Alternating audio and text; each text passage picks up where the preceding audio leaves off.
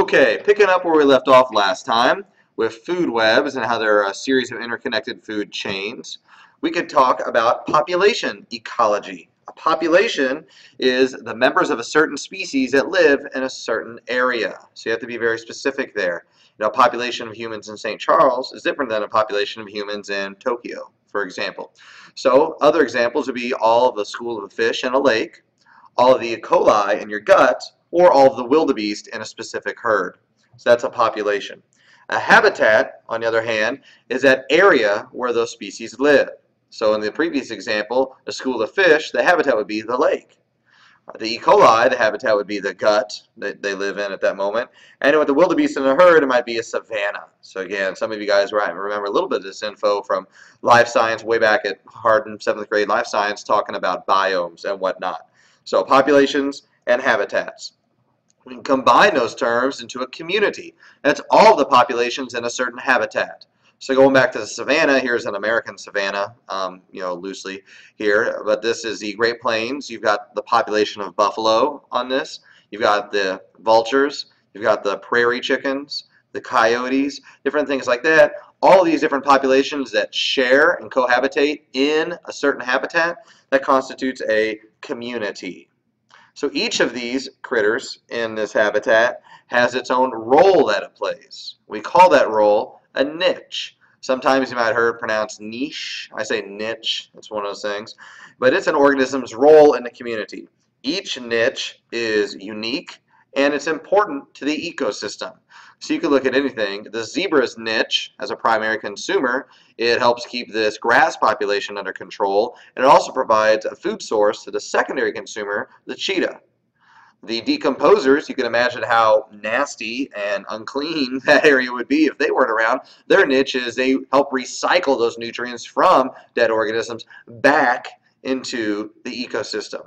So that's an organism's niche. What is its role? Does it provide food for something else? Does it keep something else in check? So if you look at a food web, you can start to examine certain niches of these different organisms and how if you remove one or maybe add one as an invasive species, how the ripple effect or the bigger, longer lasting ramifications might occur. So if two species occupy the same niche, what do you think we call that? When you have two things going after the same resources. All right, two different species. We call that competition. We'll get to that a little bit later. So there's types of relationships. There's a consumer-producer relationship. For example, you've got this herbivore here eating these producers. That's a consumer. The plants here are producers.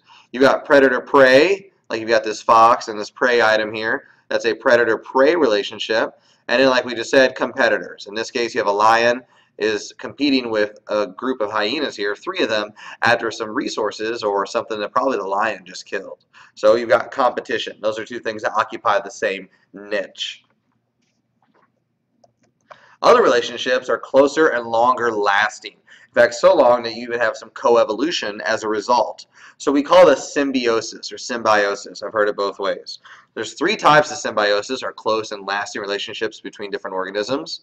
There's mutualism. I've used plus to denote this. It is a relationship where both species benefit. It's good for you, it's good for me. Good for A, good for B. Both species benefit, like in this. You've got a shrimp. A marine shrimp is help clean off this eel. Well, the shrimp benefits because it gets a source of food. It can clean parasites off this eel. The eel benefits because it's cleaned. You might think of some other things like this. You'll see the little fish go between a hippo's toes, or the hippo will open its mouth and they'll go in there and clean it out. You know, in that fishtail movie, you had the whale wash come through, and Will Smith's character, the little fish and all them, were like cleaning out the inside of the whale. That was a mutualistic relationship. Another possibility is commensalism. We call this plus zero or plus neutral, implying that one species benefits and the other one is unaffected. It's neither helped nor harmed by this relationship. So an example here would be you've got this giant fish and it's followed by these smaller fish. Well, that's a commensalistic relationship because as that giant fish goes, it can't keep all of its food in the mouth. Some of the food falls out, so these little fish will eat those scraps that fall out of the big fish's mouth. You see this also, there's things that follow whales around and just eat its feces. Because a whale goes, it doesn't care what happens to its feces, but those tinier fish will eat it, so it's good for them, and the whale's completely unaffected. So you have good for both, good for one, the other one's unaffected. The last one, you guys probably heard of before, is parasitism. It involves parasites. That's where it's good for one species and bad for the other. Can you guys think of any parasites? That's right. Probably you thought of mosquitoes, ticks, tapeworm, stuff like that. Here's an example of a parasite you guys probably didn't think of, but this blackbird is actually a baby, and then you've got this tiny bird here, this brown one. The brown one's actually the adult. This is a parasitic relationship because this relationship is good for this blackbird. The brown one, it's bad. What happens is when this brown bird leaves the nest to go look for food to come back and feed its offspring, or to bring back help build its nest, to keep its eggs warm, the blackbird's parent will show up, push those eggs out, they fall to the ground and crack, and they obviously don't, mature fully. They die. Well, the eggs look similar. So this brown bird sits on the eggs, and because once they hatch, this giant blackbird comes out. This brown bird actually saw that blackbird come out of the egg, so they don't know that it's not their own species. It looks obvious to us, but for them, the eggs look similar. It doesn't know that the eggs have been replaced with that of another species. So this is a kind of off-the-wall parasitic example. Probably, nothing you're going to see around here versus, the ticks, the mosquitoes, things like that. So in any population, there are limiting factors. We're on the back now. A limiting factor is a biotic, living, or abiotic, non-living factor that limits the size of the population. So there's two types. There's population density dependent, as in it does matter how many people are in there, in that community, in that population, in that habitat. So these increase as the size of population increases. So the more people there are, the less food there is to go around. The more people there are, it becomes easier for predators to attack.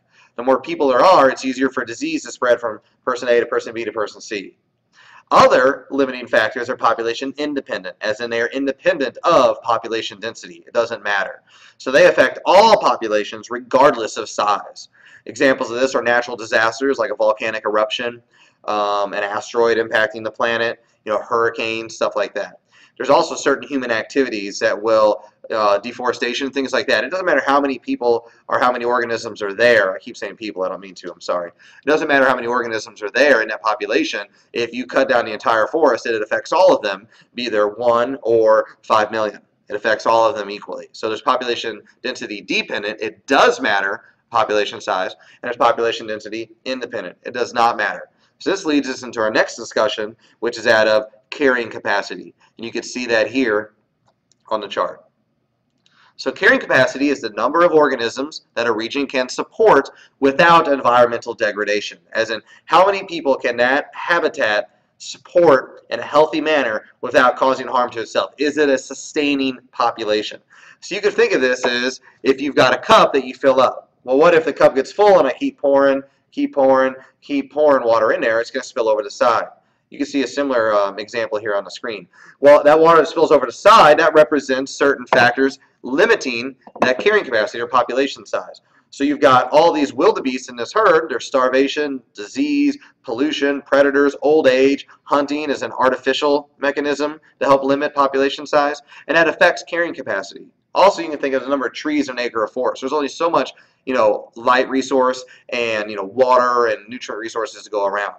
And you can see that, remember last unit in evolution, we talked about why it's important that species over-reproduce. They make way too many to account for the fact that a lot of them are going to die off, so that only the most fit will survive on and, reproduce more often and pass their traits on through inheritance. So carrying capacity. All right, there's 4 things that affect population size. There's birth. That's a tough word to say, births. All right, natality, things being born adds to the population. The opposite of that would be deaths. Mortality, things dying subtracts from the population.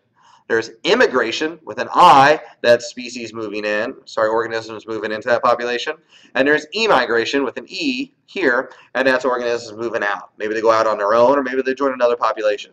So there's 2 things that can add to population size. That's natality or birth, and then immigration, moving in. And there's 2 things that take away from population size. That's mortality or death, or emigration or moving out. Almost done. Certain relationships can also affect population size. There is an inverse relationship between predator and prey. You can look here between the hare and the lynx. As the snow hare population goes up, there's more food, there's more resources for that lynx. So because there's more food for them, their population goes up. Well, now that there's more predators, it's going to be or lead to fewer rabbits or hares in this case because there's more predators out there. Well, now that there's less food for the lynx, their population comes down. So now that there's less predators, the hare population goes up. Well, now that there's more hares, the lynx population goes up. So it's an inverse relationship. One always follows the other, and they're never at the same place at the same time. Just like that. Lastly, I know it's not on here, but add number 18 to your notes and write down ecological succession. That's the orderly migration of a plant species into an ecosystem after a large-scale disturbance. Large-scale disturbance being things like lava flow, earthquake, forest fire, glaciation, things like that. This is important to keep in mind because it provides an opportunity to see an ecosystem starting from scratch. After Mount St. Helens in Washington in the 80s, after it blew away an entire mountainside, there was nothing there. The first thing to come back, those primary successors, were small shrubs, grasses, things like that. After that was tiny trees. Finally, there's bigger trees. And as those bigger scale plants come back, they attract animal species. So it takes a while for, again, this is evolution, it takes time, it takes a while for an ecosystem to return to normal after a large scale disturbance. And we call that succession.